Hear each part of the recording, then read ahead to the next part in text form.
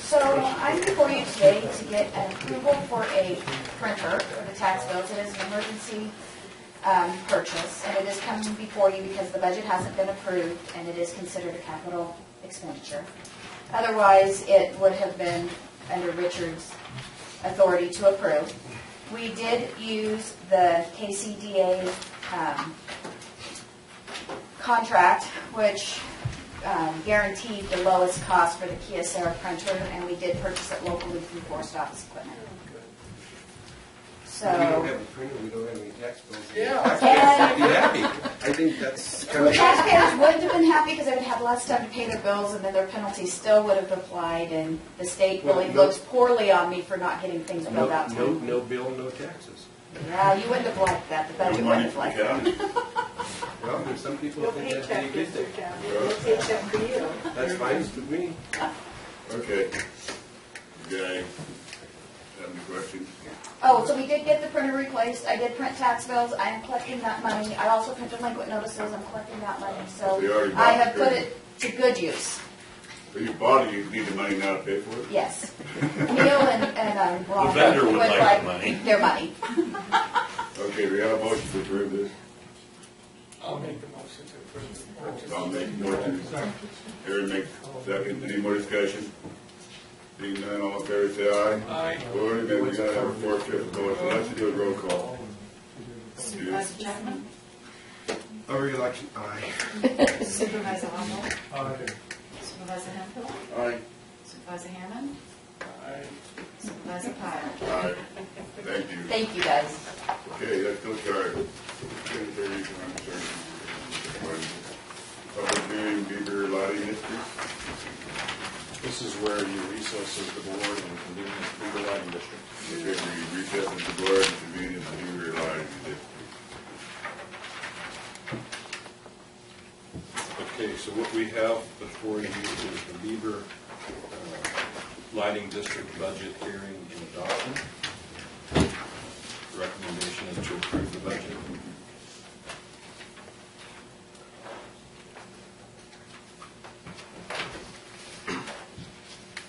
Okay, I open public hearing, so we open that public hearing at 10:42.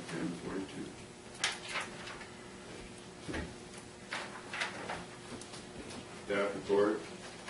We do the staff report. You've got a memo in your packet and a draft resolution for establishing an appropriations limit in the amount of $18,786 for fiscal year 15-16. The recommendation is to adopt the resolution. Okay, do we have any questions for the staff report by the board, by the public?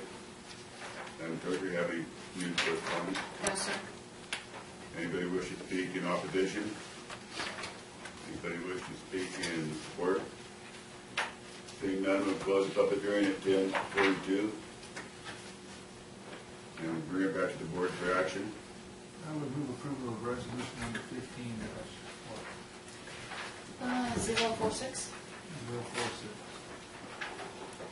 Second. I'll second. Motion and second. Any more discussion? Seeing none, all in favor, say aye. Aye. Opposed, say no. Ayes have it. We adjourn to the Beaver Lighting District and reconvene the Board of Supervisors to go to the two public hearing, county service area, and Lake Valley TV. Open public hearing at 10:43. Staff report. Okay, so the county acting as county service area number 1 is being requested to. Do I have to, Recess the board and convene. I have to convene as the county service area, and Lake Valley TV number 1? Yes. Okay, that's done. We have representatives from Penny Lake TV organization who wish to present to the board. They're essentially asking for the board to approve the 2015-16 budget in the amount of $95,250. Good staff report from Doug. Are you the lucky one? Well, actually, I have our Vice President, Jim Pecor, here. We put together a little PowerPoint if you guys are interested in taking a look at it on the pass the coffee. You swear we're okay? And his lovely assistant. His lovely assistant. Sorry. But I was told to watch out for the guy in the red tie, so I'm just be gentle. Anyway, He's gonna single out. And the white tie, and the blue tie. and the blue tie.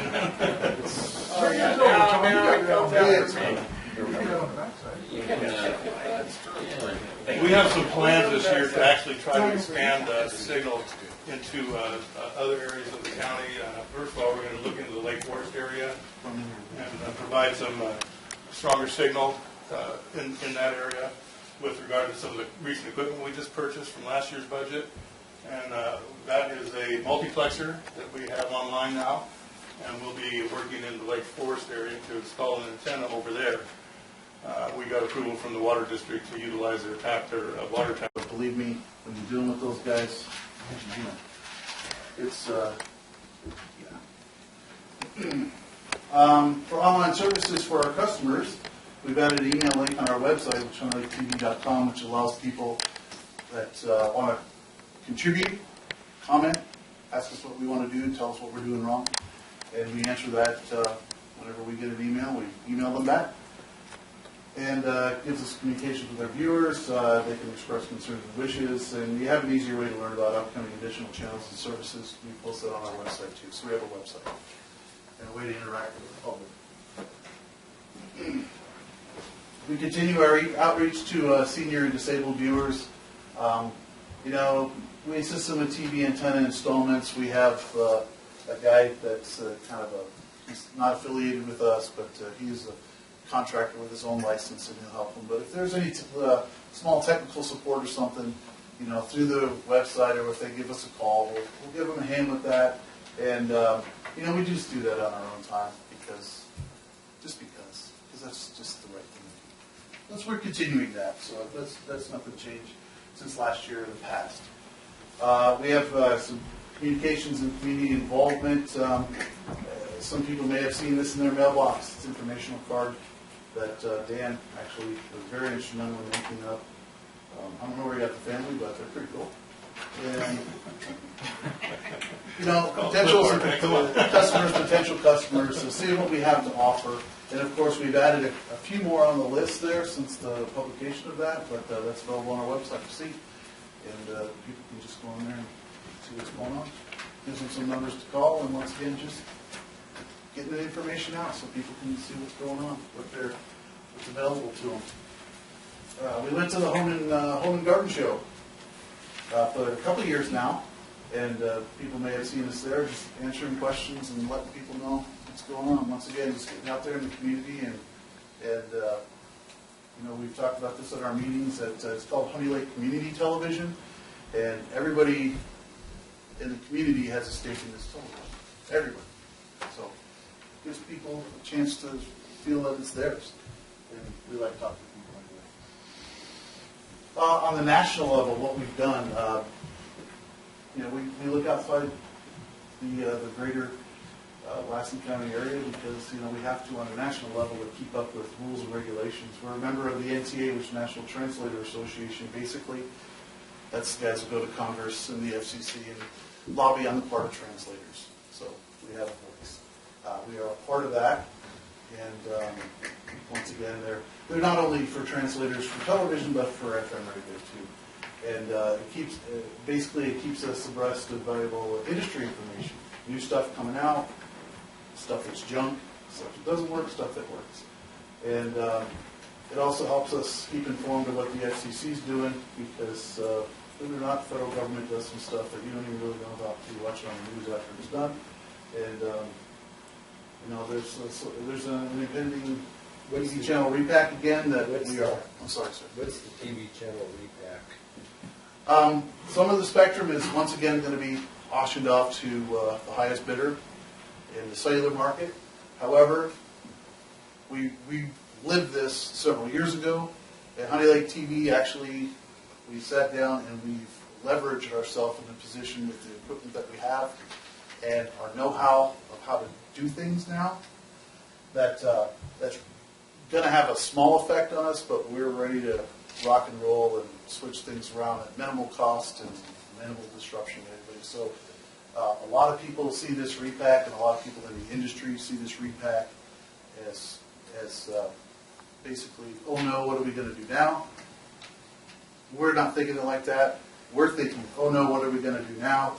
We're expanding. No, nothing's going to hold us back. So I'm not going to sit and look at what's bad. I'm going to look at what's good, what we can do good at it. So basically, more with less.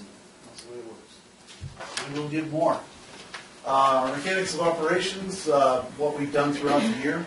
Basically, once again, it's a small thing, but our sites are inspected by the Forest Service and BLM because that's where our sites are. They're in satisfactory condition for another year. Doesn't sound like a big deal, but it kind of is. People we rent from and stay with are happy with us, so that's good. We kept them operational during the power outages and storms, and in order to keep the community informed through news outbreaks and PAS messages. So, our sites have generators on them, and they're running all the time. When the power goes out, we're still on. And we obviously maintain a technical relationship with the channels that we translate from Reno, KCRA in Sacramento, and KMAX from Sacramento in order to provide consistent service. So if they have a change, we know what's going on. Just little tidbits to let you know what we're doing throughout the year. Our expansion project is pretty good. It's baby steps, but current plans for expansion in other areas of Lassen County have no over-the-air signal available to them. Our first plan is to the Lake Forest community, kind of twofold. It's a baby step. It's a little easier for us to go into Lake Forest because it's kind of there. It has an audience. There's enough people that makes it feasible to do. So that's why that's our first little baby step, and it gives us some learning experience as we continue our goal to expand into Westwood, Clear Creek, Spalding, and Greater Eagle Lake area. Because that's underserved. Those guys are so far away; they have to have a satellite dish, and that's a lot of money. And we can do it. We can do it. So that's our goal. And this was kind of the coup de grace. I put it pointed at the end because this is something that we've talked about as the Honey Lake Board for a long time. We've always wanted to do is to have a community channel. The local Honey Lake Community Channel is work in progress, but a channel for the community. It belongs to everybody. Community information and, of course, emergency alerts. And possibly broadcasting local events of added interest to the community. The technology's there. We just always had to get there. And as everybody knows, there's two things. You can do anything with two things, time and money. But a lot of times we don't have either or both, but we're getting there, and it's baby steps, and we are right there now. If anybody does a channel scan on their television, you'll see color bars because we're almost there. We've got to get our server up and running. We're almost there, but it is there. So that was our little presentation that we have for you. We figured it's worth a few minutes of your time to know what we've done and what we plan on doing. So there you go. Great question. I just have one question. First, I want to express my appreciation to Jim and Dan and the rest of the crew for keeping this program. It started out back in 1980, 79, 80, as an idea to meet needs. Actually, it was the prison CCC that had a big need, and the previous operation of the translator was going to be shut down, and the community rallied, and that's what brought about the formation of Honey Lake TV, County Service Area #1. It's had its ups and downs over the years, but I think these last several years have been very productive, and I think it needs to be acknowledged. I appreciate the fact that they do have Sacramento as one of their channels coming in, because pretty much if you're kind of pretty much relegated to Nevada news when you live up here, but we have a lot of connectivity with California, particularly with our political scene out of Sacramento. But the one area in the community that is really kind of lacking is our connection through our schools and sports and other programs. Chico and Redding are hubs. That used to be the cable company before it was taken over by the big guys when it was run on a local level. Provided a lot of connectivity with Channel 12 out of Chico and Channel 7 out of Redding.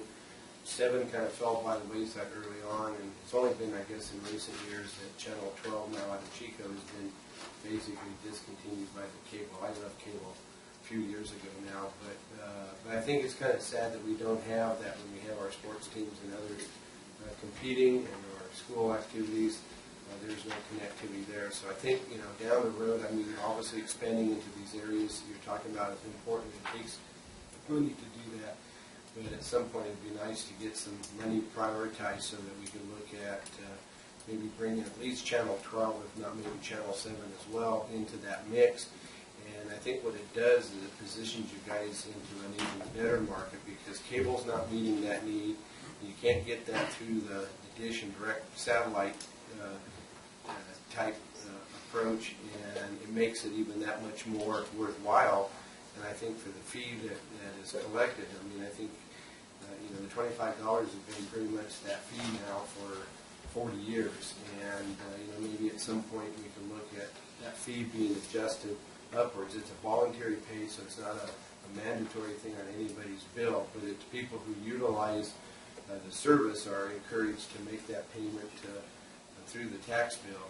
And I think that that's how we make this a viable product in a market that is a niche that they basically can have total dominance in. And I know a lot of people I talk to, particularly seniors, who can't really afford cable or the dish type approach. This is an option for them that is very affordable. So hopefully we can make that happen. I think with these guys' leadership, I know it can happen.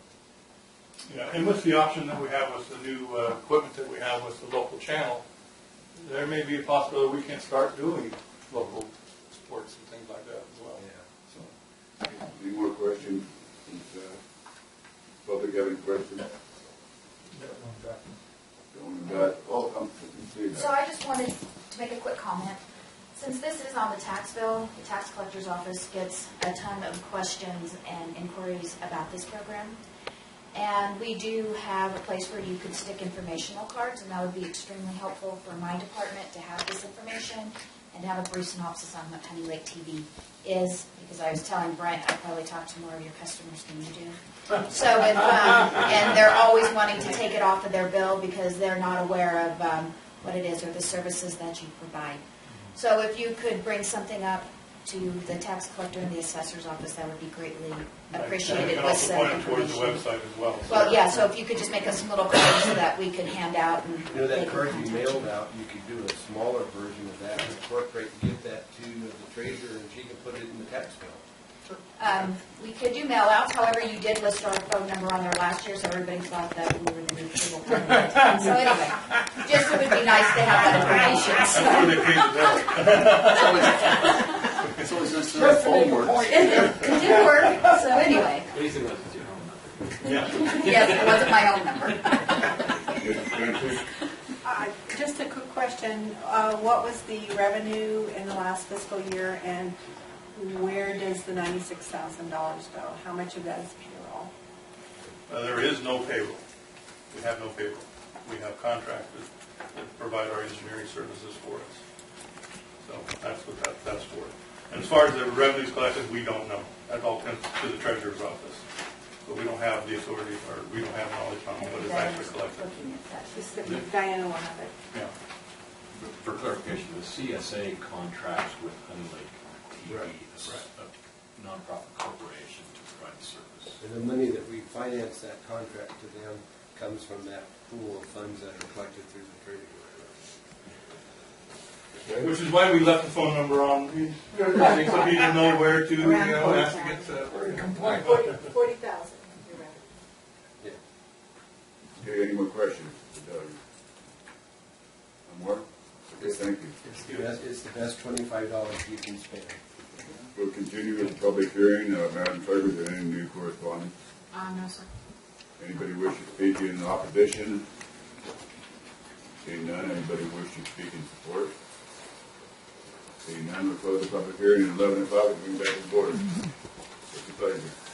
I move that we adopt resolution 15047, right? I'll second it. Motion and second. Any discussion? Madam Clerk, call the board. Supervisor Chapman?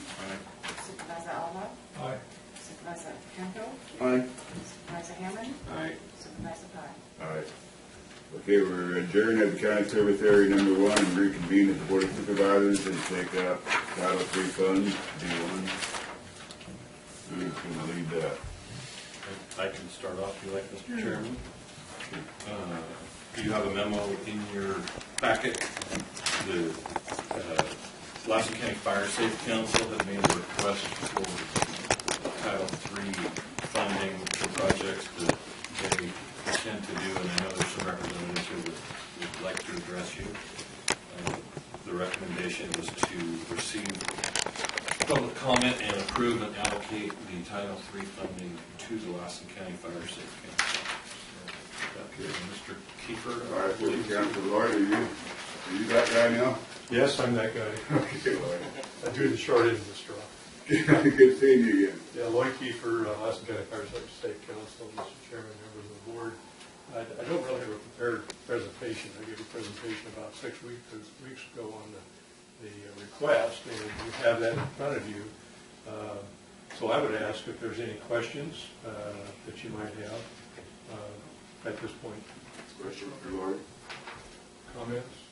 The only thing I received, and maybe Mr. Alva received this too, was a letter of support from Doug Williams, the Mountain Jewel Ranch. And I got a phone call. oh, you got a phone call? Yeah. Well, I got a letter where they're supporting the project and have a lot of good accolades about what's been done in the community there. So, and I don't know if the board has it. I could give that to Mr. Chairman, I think this is kind of a procedural thing. The presentation was made, I think the determination was made to make the allocation several weeks ago, but there's a requirement that there be like a 45-day review period, which allows anybody who has an objection can raise that objection, or if there are other competing alternatives can maybe apply for those funds. And I think absent the fact that we have had no objections raised or other applications presented, and I think the proposal that's put forth by the Fire Safe Council is very solid in terms of addressing those particular needs. So once the public hearing is over, I'd be happy to make a motion. No public hearing. Well, if that's the case, then if a motion's in order, I'd move that we proceed with the allocating of the Title III funds requested from the Lassen County Fire Safe Council in the amount of $122,343 for carrying out the Firewise Community Program and development of community wildfire protection plans. We got a motion and a second. Any more discussion from the board? One thing I would like to say is thank you, Lloyd. I mean, you guys are doing a phenomenal job, and you've got it spread out throughout the county, and you got 10 projects everywhere to the benefit of everyone. And I think just keep up the good work you guys are. Thank you. I might mention that, just kind of a side note, that the Diamond Mountain initiative that we initiated about 6 months ago is really going well. We've had great cooperation from the Lassen National Forest, and I see a couple of representatives here in the audience, and we've been trying to work with them on collaborating and coordinating with the NEPA process, and it's all looking positive up to this point. And in fact, we received a $200,000 grant from the State Fire Safe Council to do a project on some baiting land up there. So, and we have about 4 other grant processes that we're going to be going through here. The CWPP is really a cornerstone to the grant writing process. I can't stress that enough. In all of the grant writing we do and all the projects, the CWPP is really an important process because it shows the grantors that it is a collaborative process, and a lot of people are involved in putting, the projects together on the ground. So, just thought I'd add that little. That's good to hear. Good to hear. Yeah, I think the letter that the board has submitted, and I think the work done by the council and appealing to the Forest Service and others to make that a priority is well. And they've been very cooperative. That's good to hear. Okay, any questions for Lloyd before we vote? Or for us? Everybody's happy? Thank you, Lloyd, for your Thank you. Everybody's happy. Everybody's happy. Say happy. Oh, yeah. So there you go. Full, Madam Clerk, you full board. Supervisor Chapman? Aye.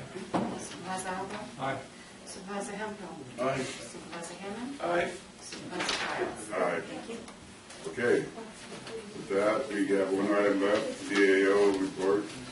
Mr. Chairman, I have a couple of items. One, the situation developing in the Wendell community where the Union Pacific Railroad deeded to the Honey Lake Valley Railway a couple of years ago their property there, including the line. The Honey Lake Valley Railway is essentially a salvage company. They, I think somewhat unbeknownst to them, also acquired the Wendell water system when they got that property, and decided some time ago that they were not going to continue to maintain that system. There are, according to them, 2 contracted users of the system and maybe as many as 10 other unmetered users that haven't been paying anything. The users have been aware of this situation for a couple of years, but last week the company notified them, although some didn't get the notification, that they were going to shut off the power and stop providing service to that. So as a result of that, I discovered that last Thursday, and I indicated to them that since most of those users were unaware that their water was going to be shut off, that in, for a few days, that if it was necessary, the county would bear the cost of the electricity. I subsequently on Monday informed them, after our public health folks went out and notified everybody that was the extent of it. Since they were all aware of it and had notice of it and had been aware of this for quite some time, they need to work it out with the railway company. The railway company had offered to all of these users, any and all of them, if they wanted the system, that they'd be happy to quit claim deed the property to them. So I understand they're trying to work that out, but that's a situation we dealt with last week. I don't think it's in the county's interest or the county at large to take over a system like that. It's in serious disrepair, leaking, lots of problems out there. Wanted to make the board aware of that. The next thing, we've been working on the budget the last week pretty diligently as far as proposed cuts to the requests that have been made by departments. I'll be presenting some of those tomorrow at our budget meeting. There's a significant gap between the requests and the revenues available, particularly in public safety departments. There's about a $2 million increase in the requests of those departments over last year, and so we're going to need to be looking at that very closely, which we'll be doing tomorrow. On somewhat of a lighter note, we received our loss prevention evaluation that Trindle does annually, and received a score of 87 out of 100, which they characterize as another good loss prevention evaluation for the county. A couple areas that they've indicated we might focus on in the future, and I intend to do so, and that is making quarterly reports to the Board of Supervisors about our loss prevention efforts and getting more participation by department heads in the monthly safety meetings. So those are the two items they noted, and that we'll be focusing on. Other than that, I have nothing. Good. Questions, Richard? How much is that power bill for that water? I checked with Elma, and it's about $300 a month. I suspect that's because probably more water is leaking than being used. Brent, do you have a question? Yeah, I don't know if the board's aware of it yet, but probably soon someone's going to make a presentation. Or maybe Bob, you're aware of it. There's a group in Westwood that's making an effort to BNSF to stop bringing the toxic cars through Westwood. I haven't been aware of It was at the last water district meeting. But it's in the infancy, but I think they can probably use the county's help. They come through there, the town speed limit is 25 to 30 miles an hour going through a town. They come through there 50, 60 miles an hour, and they're carrying more and more toxic trains filled with bad stuff. And so there's a group starting, and I'm going to encourage them to come and present it, make a presentation to the board about it. That would be best done in public comment. Well, it may need to be agendized because we've had, throughout the United States, we've had an inordinate amount of train wrecks with these cars with the chemicals in them. Okay, have them get a hold of me or Richard, put it on the agenda if it's. Yeah, it's significant, but I'll put them in touch with you first. Okay, thank you. Okay, with that, I don't think I missed anything. No, I think. We need to go back into closed session. That's right. We will go back into closed session.